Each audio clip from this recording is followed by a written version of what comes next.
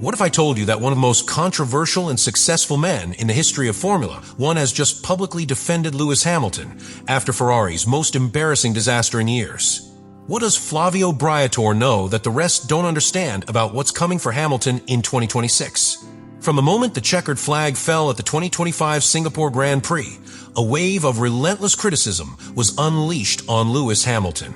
But what seemed like an attack exclusively directed at the British driver was soon revealed to be the reflection of a frustration accumulated for years at Ferrari. The specialized media, especially in Italy, did not hold back. Covers headline phrases such as total failure, disaster in red, and Hamilton exposed, feeding a narrative that pointed with surgical precision to a supposed incompatibility between the most successful driver of the modern era and the Maranello machinery. Hamilton, however, was not criticized only for his performance on the track. He was also targeted because of his symbolic figure, the champion who had to transform Ferrari from within. That romantic narrative turned against him. It was expected that, with his experience, leadership, and natural talent, he would be able to elevate a project that has been in a spiral of disappointments for years. But what happened in Singapore showed just the opposite. Not even Hamilton could save a poorly made car.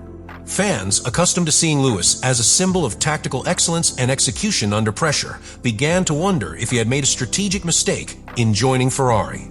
While the majority of the paddock was silent, cautiously evaluating Ferrari's technical disaster in Singapore, a veteran and unexpected voice forcefully broke the silence. Flavio Briatore, controversial, direct, and feared for his brutal frankness, appeared at the microphones of Italian station Rai Radio 1 to defend Lewis Hamilton. But the most surprising thing was not the support. It was the way he did it, with authority, strategic vision, and a clarity that only the true architects of motorsport can afford. Lewis is exceptional. Sooner or later, he will solve the problems. It was not a generic statement. It was an accurate reading of the present and a bold prediction of the future. What Briatore was doing, without saying it directly, was drawing a line between responsibility and cause. It wasn't the pilot. It was the context. It was Ferrari. And if anyone knew how to separate the two, it was him. Briatore's figure is not minor. We are talking about one of the few who can say that he molded world champions from the ground up. Michael Schumacher at Benetton, Fernando Alonso at Renault. Briatore knows when a driver has more than just speed. He knows when someone has character, resilience, and the mental structure to withstand storms like the one Hamilton is experiencing. His voice is not just another one. It is that of someone who has won, but who has also fallen and has come back. In his statements, not only was emotional support noted, but also a technical criticism of the current Formula One ecosystem. Today, 7 cars can be separated by 0.2. A phrase that, although it may seem casual, contains a warning. Modern F1 has evolved towards extreme parity, where differences are measured in millimeters and technical decisions can destroy entire races. In that environment, even a legendary driver like Lewis cannot work miracles if the car betrays him from within. Briatore's subtext is devastating. Formula One is no longer a sport where pure talent can compensate for a team's structural deficiencies. Now, it is a game of absolute precision, where a failure in the thermal architecture, an error in downforce, or a wrong decision in the wind tunnel can ruin not only a season, but the reputation of an entire driver. Briatore wasn't just defending Hamilton. He was putting on the table the reality that many do not dare to admit, that Ferrari has failed from its technical core, and that not even a legend can reverse that without time and without a radical internal reform. The telemetry collected revealed a shocking fact. The left front wheel reached temperatures above 1,200 degrees Celsius, while the right barely exceeded 1,050. This difference of more than 150 degrees generated a thermal imbalance that was impossible to correct during the race. But the most serious thing is not that.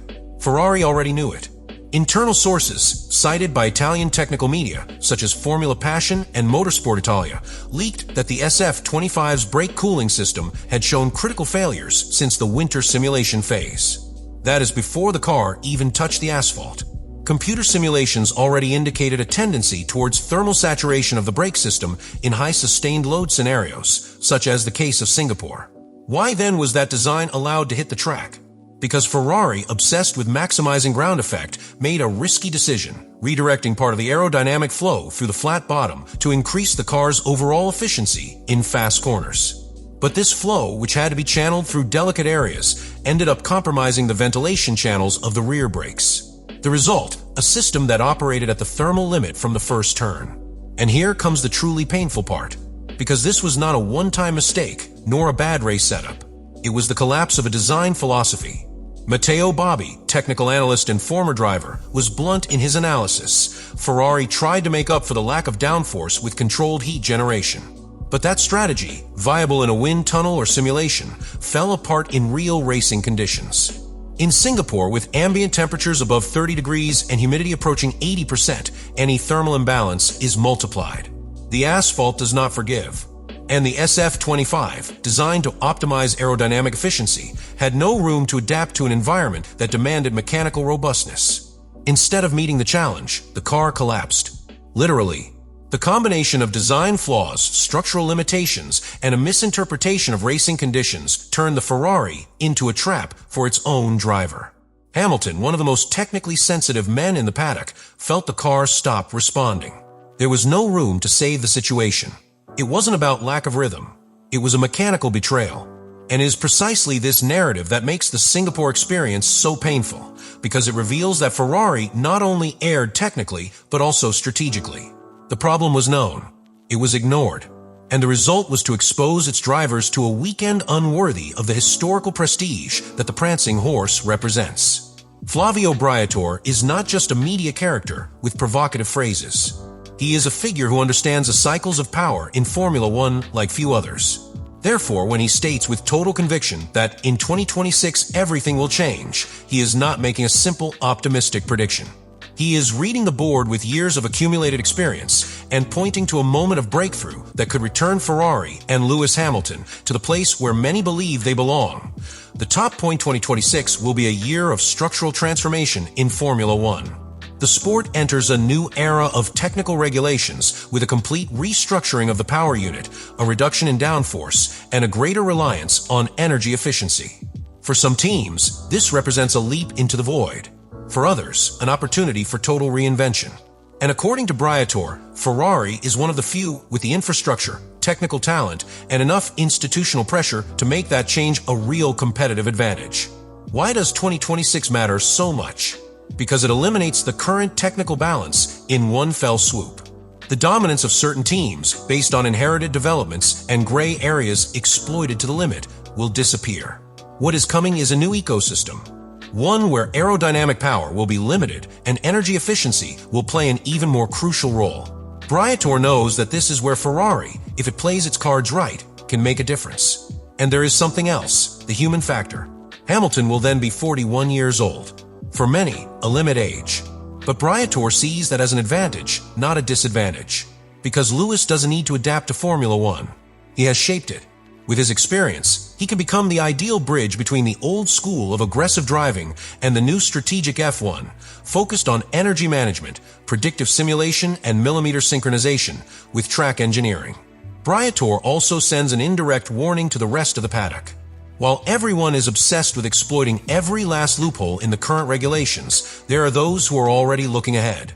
Ferrari has made mistakes, yes. But when you rebuild from utter failure, as happened in Singapore, what remains is the core. And that core, if reinforced with the right direction, can be the most dangerous of all. Hamilton, in this scenario, is not a driver in decline. He is the perfect catalyst for the new technical order. His ability to work with data, understand the complexities of the modern car, and be an active part of the car's development are qualities that make him a secret weapon for Ferrari in the new cycle. Therefore, Briatore's words are not a simple emotional defense.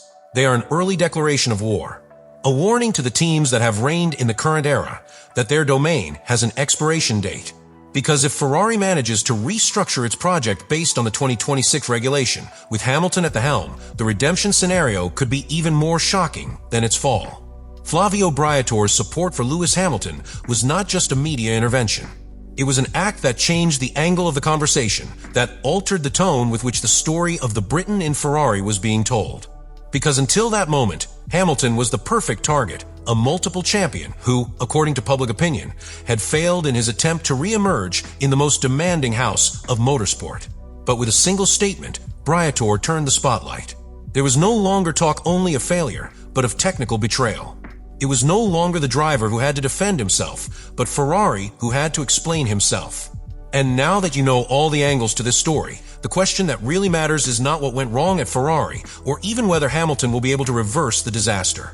The question is much deeper. Are we prepared to understand that even legends need time when the environment is toxic?